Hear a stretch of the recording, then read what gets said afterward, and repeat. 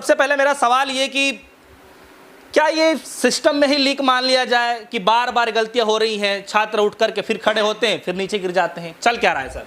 जब अनपढ़ लोग जो है सरकार में होंगे और जो कानून को नहीं मानते हों, सारे गैरकानूनी काम करने के लिए जो है वो कटिबद्ध हों, और जहां माफिया उनके संरक्षण में काम करता हो, वहां यही होगा। वहाँ लोगों के जो बच्चों हैं उनके बच्चों के भविष्य के साथ में खिलवाड़ ऐसे ही होगा। ये कोई आज की एक नई घटना थोड़ा ही है।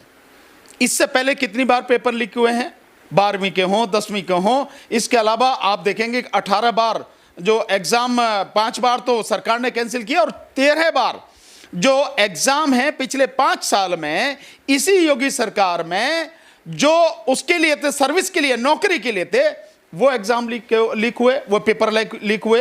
तो क्या है, एक बार की नहीं, एक बार हो जाए, 2 बार हो जाए, 3 बार हो जाए, मतलब आप 13 बार तो उसी में हुए पर्चे लीक, और अब ये लगातार, और ये हर साल ऐसा होता है।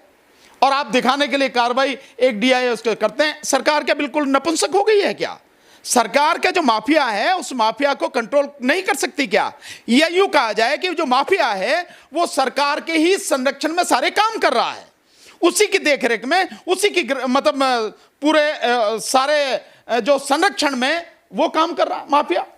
ये जो चीज है ये बड़ी गंभीर है। लेकिन ये इसलिए है क्योंकि सरकार के लिए कुछ भी फर्क इन बात में नहीं पड़ता, कोई भी कुछ भी करता रहे, क्योंकि एजुकेशन का पूरी तरह से भट्टा बैठ जाए, लोग शिक्षित ना हो पाए, उनकी शिक्षा पूरी तरह से तबाह हो जाए, ये सब टारगेट इस सरकार का एक टारगेट है।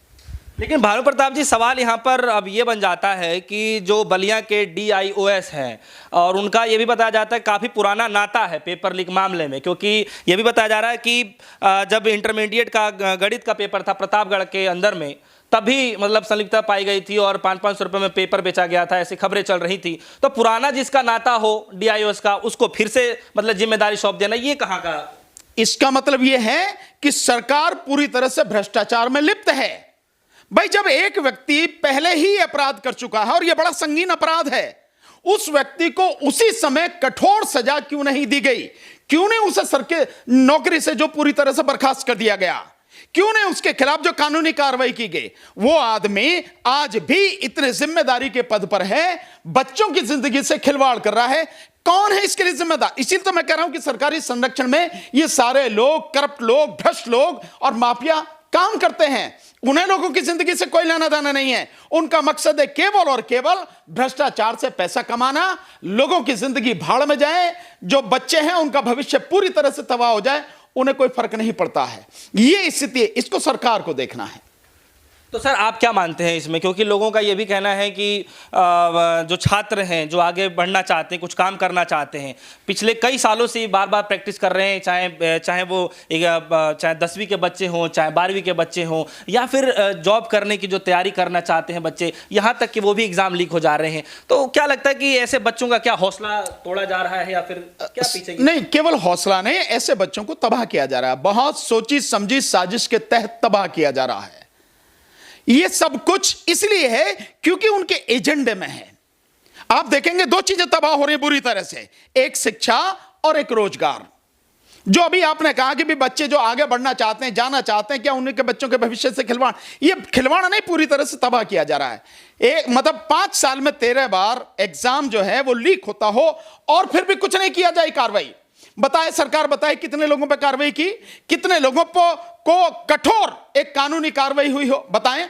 जो सरकारी अधिकारी उसमें जो संलिप्त थे, क्योंकि ये सारा सब कुछ तो पेपर वगैरह जो होते हैं सरकारी संरक्षण में होते हैं, सरकारी देखरेख में होते हैं, उनकी सुरक्षा में होते हैं, तो वो जो संलिप्त थे उनको अगर पहले ही कार्रवाई की गई होती, कड़ी कार्रवाई की गई होती, तो ये सब कुछ नहीं होता। लेकिन नहीं की गई, इसलिए बार बार हो रहा है।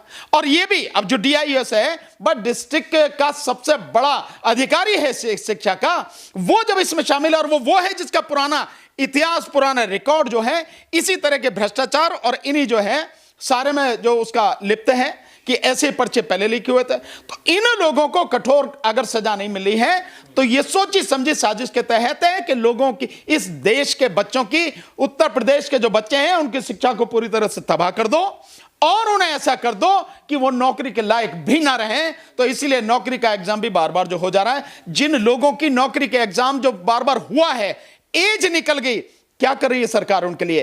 क्या सरकार ने जिन बच्चों की एज सरकारी गलती की वजह से या सरकारी लापरवाही, ये यूं कहे सरकारी भ्रष्टाचार की वजह से निकल गई, क्या सरकार ने उनको उनकी एज को देखते हुए एज बढ़ाई? क्या उनको मौका देने का कोई प्रावधान किया? क्या उनको नौकरी मिल जाए इस बात की कोई गारंटी दी ना? नहीं।